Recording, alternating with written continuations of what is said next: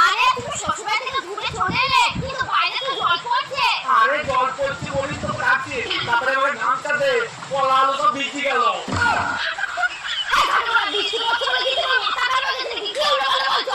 পাগল মেয়ে ছিল নাকি রে? তুই তো মাকে বলছিস না প্রতিদিন কলা পাড়াইছে আলু পাড়াইছে, এই তো ওই সময় ভিজে গেল জল, মাথায় হাজলাম তো ওই দিনই বলছি। ও তাই বলো। আরে গামছাটা দে আমাকে, মাথা পড়া সব ভিজে গিয়ে আমার। আরে কানা ওই দেখো গামছা নাও। আর বলছি আমার বাবা এখন কি করছে তুমি দেখে এলে? কি আবার করবে?